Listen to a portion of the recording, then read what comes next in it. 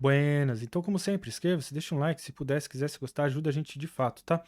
Indicador que veio de um comentário lá do nosso grupo do Facebook, scapp.link/fb. Eu não consigo responder dúvidas individuais, então eu trago as dúvidas de lá para discutir aqui no canal, né? Que você vai encontrar para fazer download no nosso repositório scapp.link/códigos. Todos os nossos arquivos aí com código-fonte aberto, tá? E o nosso Telegram, onde a gente pode conversar aí um pouco de forma mais dinâmica sobre mercado e programação de forma geral. Indicador KVO, Klinger Volume Oscillator.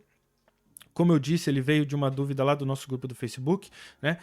Só que eu queria aproveitar, então, né, continuar essa série de desmistificando indicadores do Profit, porque ele é um indicador nativo, que você vai observar aqui, ó, 3 opções, KVO histograma, linha e linha histograma.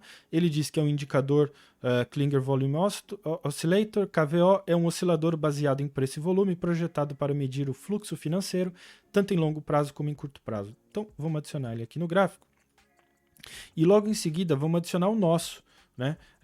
Porque, primeiro, vamos provar que a gente está plotando a mesma coisa, né? Sempre um bom começo, para a gente ver que a gente de fato está calculando a mesma coisa, porque a ideia aqui não é simplesmente programaticamente reproduzir o indicador. Como eu já falei, basta usar o indicador que já existe, não é tão, né, importante assim reproduzir o código. É que no processo a gente vai primeiro discutindo programação, então o que a gente precisa para fazer uma plotagem de histograma, coloração, né, determinar os componentes que a gente vai calcular.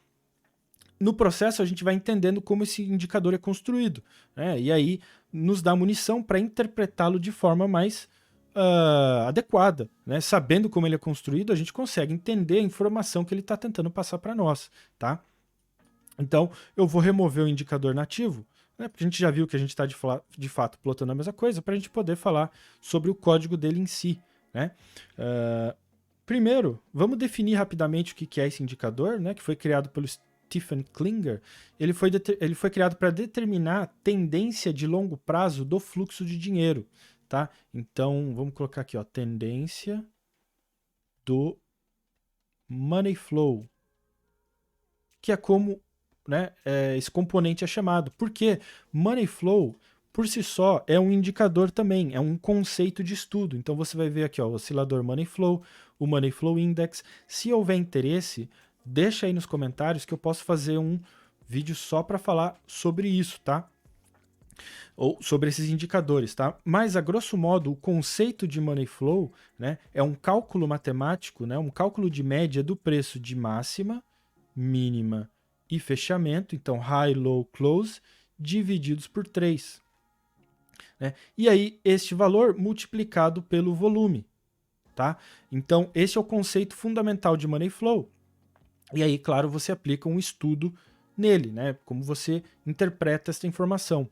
O indicador que a gente está estudando aqui, o KVO, ele vai usar essa informação também para fazer um estudo, onde ele vai comparar a movimentação do preço em relação à movimentação do volume e vai converter esse resultado em um oscilador. E o que é um oscilador? O oscilador é um indicador que vai variar entre um limite, né? Por exemplo, de 0 a 100. Oscilador comum que a gente conhece, estocástico, né? A gente fala, acima de 80 é sobrecomprado, abaixo de 20 é sobrevendido. E o oscilador, o valor estocástico, ele fica variando ali entre 0 e 100. Né? Então, isso é um oscilador, e esse nosso indicador KVO também será um oscilador. Né? Então, vamos ver um pouquinho do código agora para a gente entender como que isso é calculado. A gente tem aqui 3 parâmetros de periodicidade de média, uma média longa, uma média curta e uma média sinal. E a gente tem 3 parâmetros booleanos, né? Portanto aqui verdadeiro ou falso, onde a gente vai determinar os componentes que a gente quer plotar. Porque você viu no nativo, né, que você tem 3 arquivos separados para plotar o histograma, a linha ou os dois. Eu achei que a gente pode combinar isso tudo num arquivo só. E aí você determina através de parâmetros, que a gente vai ver com mais calma aqui, né, o qual componente você quer plotar. Né? Por padrão, eu estou plotando todos eles. Então você vê aqui todas as linhas, incluindo, né, o nosso histograma. Tá? Eu tenho um bloco de variáveis aqui, onde a gente vai usar para armazenar os cálculos que a gente vai precisar, né, obviamente. Né? E aí a gente começa o nosso código de fato. Primeiro valor que a gente vai precisar é atribuir o valor de volume para uma variável que eu chamei de V.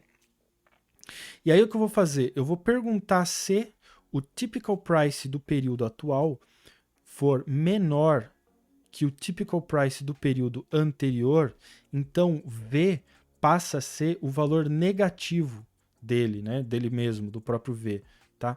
Por quê? Porque o que eu quero fazer aqui é observar. Se o typical price for menor que o typical price anterior, eu vou usar o valor do volume negativo. Se não, né? Ou seja, se ele fosse maior, o que vai acontecer? Como essa condição vai ser falsa e ele não vai atribuir este cálculo, ele vai usar o valor que ele atribuiu anteriormente, que era o valor naturalmente positivo do volume, né? E o que é o typical price? Typical price, tá, é uma função do profit que calcula justamente este preço aqui, high, low, close, dividido por 3. Tá? Então, nada mais é do que uma função que vai retornar este componente para nós. Então, lembra que a gente falou, é a comparação de preço e volume?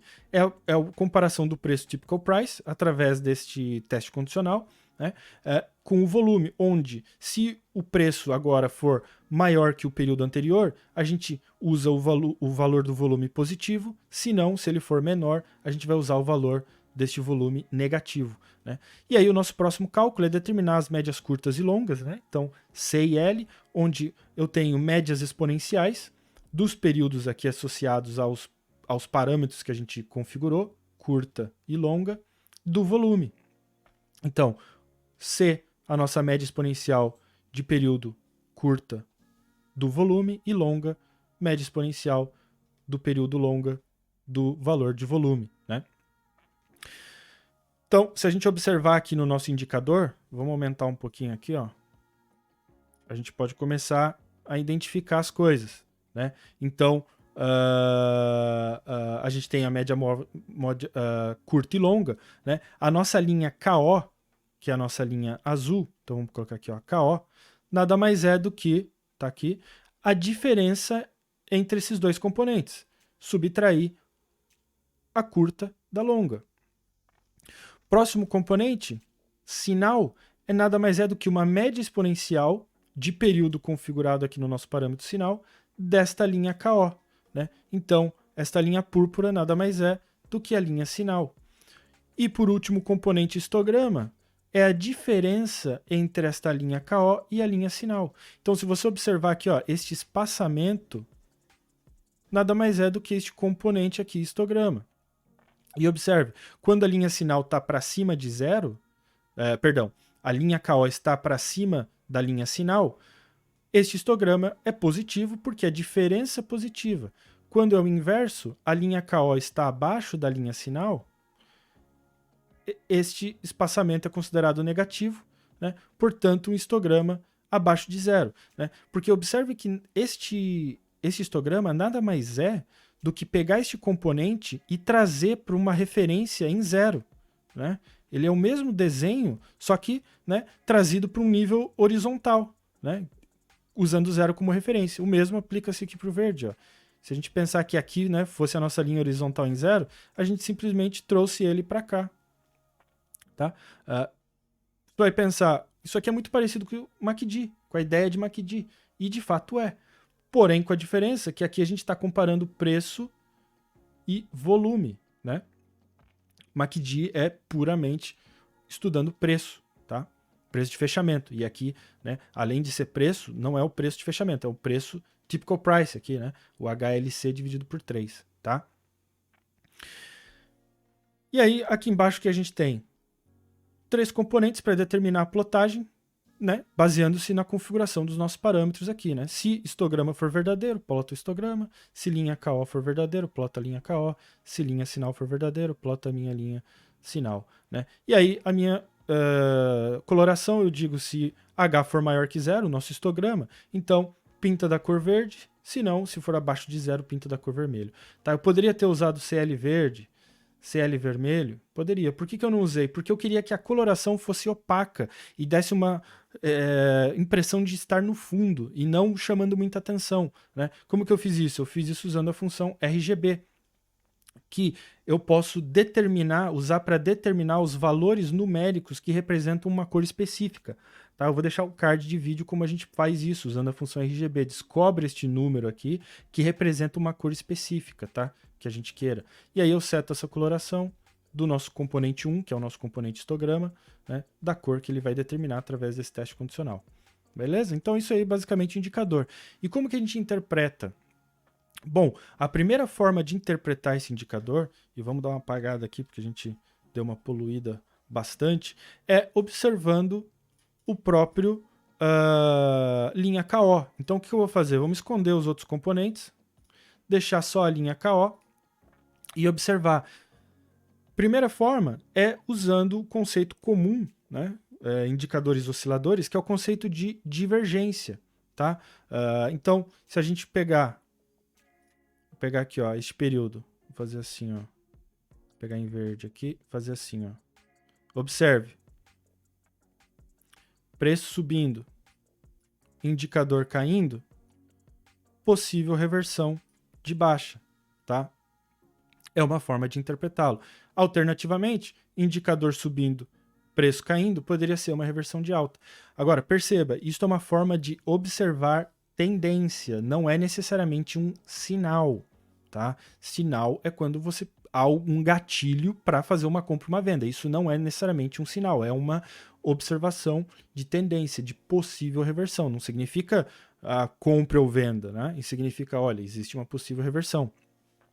Como que seria uma interpretação de sinal? Aí sim seria usando o componente sinal, linha sinal, perdão, você adiciona, e aí outra forma comum de fazer a interpretação desses tipos de indicadores é o que? Observando cruzamento. Cruzou para cima, a gente procura uma entrada aqui, né? A nossa linha KO cruzou para cima, a nossa linha sinal. Cruzou para baixo, a gente procura uma saída aqui, tá? Essa é outra forma de interpretá-lo, né? Buscando sinais de cruzamento. Cruzou para cima, você busca uma operação de compra. Cruzou para baixo, você busca uma operação, um momento de venda.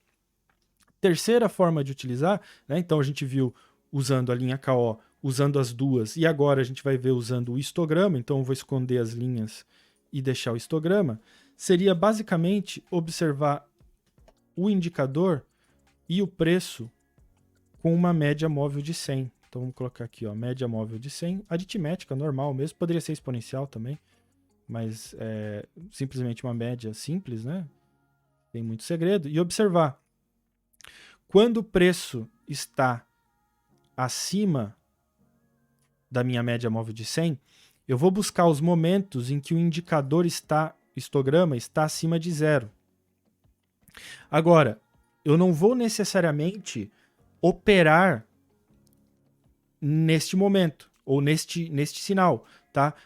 Por exemplo, eu estou no gráfico 1D, né? O que eu vou fazer é, por exemplo, neste momento aqui, é entrar dentro dessa periodicidade num período menor, por exemplo, 10 minutos, 15 minutos, e ali sim buscar, através de outros sinais, possibilidades de entrada de compra e venda. Pode ser aí o cruzamento, pode ser até um outro indicador, tá? A ideia é, novamente, foi o que eu falei no começo, a ideia principal dele é observar tendências, né, do nosso money flow.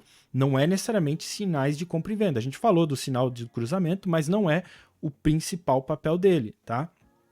Alternativamente, a gente faria aqui para o lado negativo, né? Ou, vamos dizer assim, preço de baixa, né? O preço abaixo da nossa média de 100.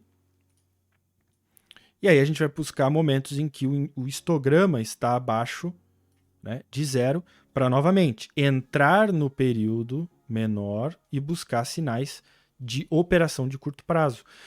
Problemas, claro, indicadores dessa natureza que usam divergência e cruzamento geram muitos sinais falsos, principalmente em períodos de mercado lateral.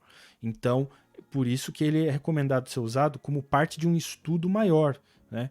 Como parte de um sistema operacional, tá? E não como um simples, cruzou para cima compra, cruzou para baixo vende, ou histograma abaixo de 0 vende, histograma abaixo acima de 0 compra. Não é só isso.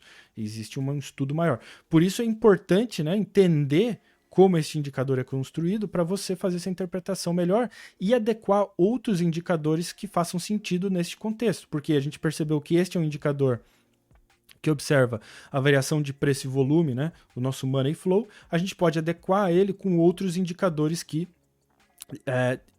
adicionem informações complementares, tá? E não informação do mesmo tipo, né? É a mesma coisa que você estudar um modelo operacional usando MACD e média móvel. Ambos usam as mesmas informação. Então é mais interessante você mesclar e complementar a informação, né? Então, se eu estou usando um indicador aqui de volume observando preço, eu posso até usar um MACD que é puramente preço, né? Ou até um indicador que seja puramente volume, né? E aí, complementando o meu estudo. Beleza? Então é isso aí. Deixa nos comentários se querem que eu fale sobre o Money Flow. E aí a gente se vê nos próximos vídeos. Valeu, um abraço, até o próximo.